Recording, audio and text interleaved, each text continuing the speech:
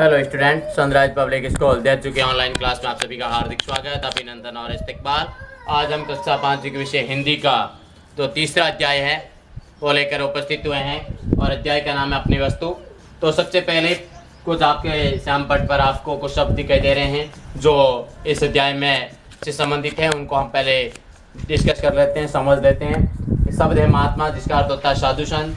क्रोध जो गुस्सा, आवाज़ ध्वनि, पक्ष ये अपने तरफ, लट का मतलब होता है डंडा, प्राण का मतलब होता है जान, स्थान जगह, व्यक्ति यानी आदमी, निर्णय का अर्थ होता है फैसला, मालिक का अर्थ होता है स्वामी, दलील का मतलब होता है अपने तर्क रखना, अपने विचार रखना, बद्री का अर्थ होता है सज्जन आदमी, और मस्तिष्क मतलब होता है दिमाग, प्रयत्न का मतलब होता है प्रयास, वाणी का मतलब होता है आवाज़, व्यर्थ का मतलब होता है बेकार, लोक का मतलब संसार, और अपेक्षा का मतलब उसकी तुलना।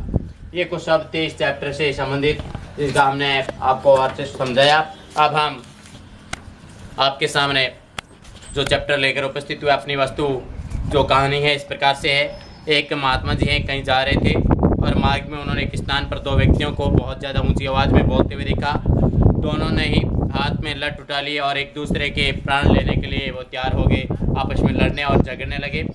और एक व्यक्ति कहा ये भूमि मेरी है और मैं इसका स्वामी हूँ, जबकि दूसरा कहता है कि ये भी मेरी है और मैं ही इसका स्वामी हूँ। इस भूमि को अपना अपना दोनों स्वामित्व, अपना अधिकार बता रहे थे और इसी बात को लेकर दोनों लड़ रहे थे और अपनी अपनी दलील दे रहे थे। संत महात्मा स्वभाव से बहुत सारे दयालु और परोपकारी थे, दूसरों पर उपकार और दयालुत्व दिखाने के लिए जाने जाते थे। सदैव सभी का भला सोच रखने की, भलाई करने की सोच रखने वाले व्यक्ति थे। उन्होंने मन ही मन में विचार किया कि इन दोनों का झगड़ा शांत करा दिया जाए और किसी प्रकार से इन दोनों को समझौता करा दिया जाए। उन्होंने पास में बुलाकर शांत कराने के लिए आपस में समझौता कराने का प्रयास शुरू कर दिया साधु महात्मा ने, और वो इसी को बात सोचकर उनके निकट जाते हैं और संबोधित करते हैं कि हे भद्र पुरुषों, यानी बहुत सज्जन लोगों, आप आपस में झगड़ क्यों रहे हैं? इसका क्या कारण है कि आप दोनों एक दूसरे के साथ में झगड़ रहे हैं?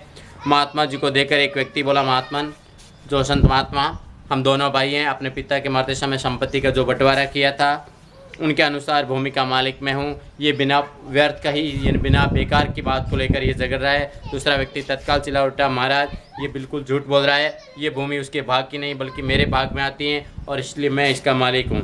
ये जो झूठ मूठ है बतलाकर मुझे डरा धमका कर इसको हड़पना चाहता है। महात्मा जी ने बहुत ही शांत भाव से उनसे निवेदन किया और दोनों को भूमि को अपना कहते हुए और अपने पक्ष में दलीलें देते।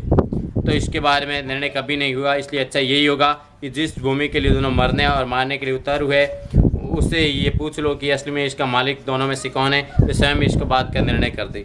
कुछ पल के लिए दोनों महात्मा जी के मुंह के सामने ताकते रहे, देखते रहे, फिर बोले, किंतु ये संभव कैसे? भूमि कभी बोलती नहीं है, जबान नहीं होती इसकी। महात्मा जी ने उत्तर दिया, अवश्य बोलती है, परंतु इसकी आवाज़ तुम लोग नहीं सुनते। किंतु ये बात बताओ कि जो भूमि निर्णय देगी आप दोनों को अगर मानना होगा।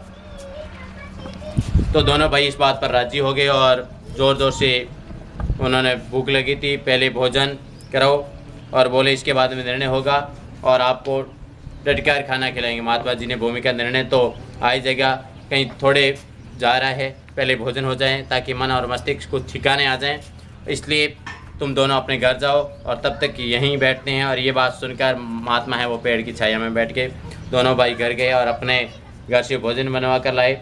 महात्मा जी को दोनों को बैठ जाने को कहा और कुछ देर के बाद में तीनों उस भोजन के 3 भाग किए। दोनों भाइयों को भोजन करने का आदेश देकर स्वयं भी भोजन करने लगे। इस प्रकार बातचीत तथा भोजन आदि लगभग 2 घंटे में लगे।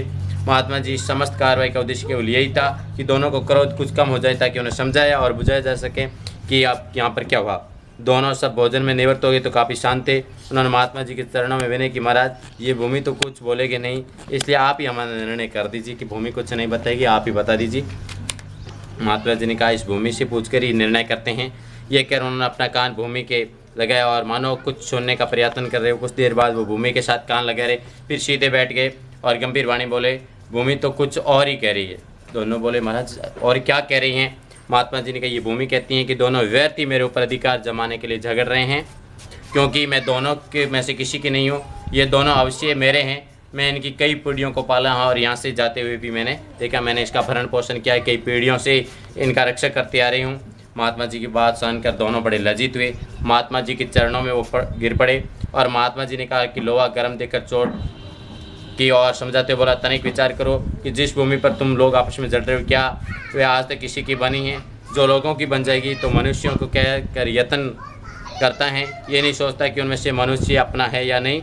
बड़े बड़े छत्रपति राजा यहाँ पर आए, उन्होंने राज किया, चले गए, लेकिन भूमि वहीं की वहीं पर रही और इस संसार को छोड़कर वो चले गए। तुम लोग इस छोटे से टुकड़े के लिए झगड़ रहे हो और अपना बहुत बहुमूल्य जीवन है, अनमोल जीवन है, उसको व्यर्थ करने में लगे हो, नष्ट करने में लगे हो। ये तुम्हारी नहीं है और नहीं आपकी तुम्हारी बनेंगे। और ये भूमि पर बहुत सारे पदार्थ हैं, धन संपत्ति है, मकान है, ये भी आपका कुछ नहीं है। ये तुम्हारी वस्तु केवल भजन और अच्छे कर्म हैं। आप अच्छे कर्म करोगे, ये आपके साथ में जाएगा, आपका पुण्य आपके साथ में जाएगा। जो लोग परलोक संग साथी हैं वे यहाँ पर शेष यहीं रह जाता हैं और आपको लड़ना जन्मने के लिए मनुष्य जन्म आपको नहीं मिला है, एक मूल्यवान जन्म है, इसको आप नष्ट न करें। आपकी अपेक्षा अच्छे कर्मों के और भगवान को याद करने के लिए, ताकि आप जब स्वर्ग में जाएं तो अच्छे कर्मों के साथ में जाएं। और दोनों महात्मा के चरणों में गिर पड़े, उन्होंने उनसे क्षमा मांगी और इसके बाद में प्रेम से जो भजन और भक्ति के अंदर लगाते हुए अपना जीवन सफल बनाने का प्रयास में लगे रहे। तो इस प्रकार से महात्मा ने एक शांत स्वभाव से उनकी समस्या का निराकरण करने की कोशिश की। आज आपको ये वीडियो अच्छे से पसंद आया होगा, आपको कहानी समझ में आएगी। आप भी इस कहानी से सीख लीजिए कि हमेशा ज़मीन पर अधिकार के लिए व्यर्थ में लड़ना नहीं चाहिए किसी वस्तु को लेकर, क्योंकि वस्तु से लड़ने से आपस में प्रेम है वो कम हो जाता है। आप देखें, और इसी के साथ हम आपसे विदा लेते हैं। धन्यवाद। आपका दिन शुभ रहे।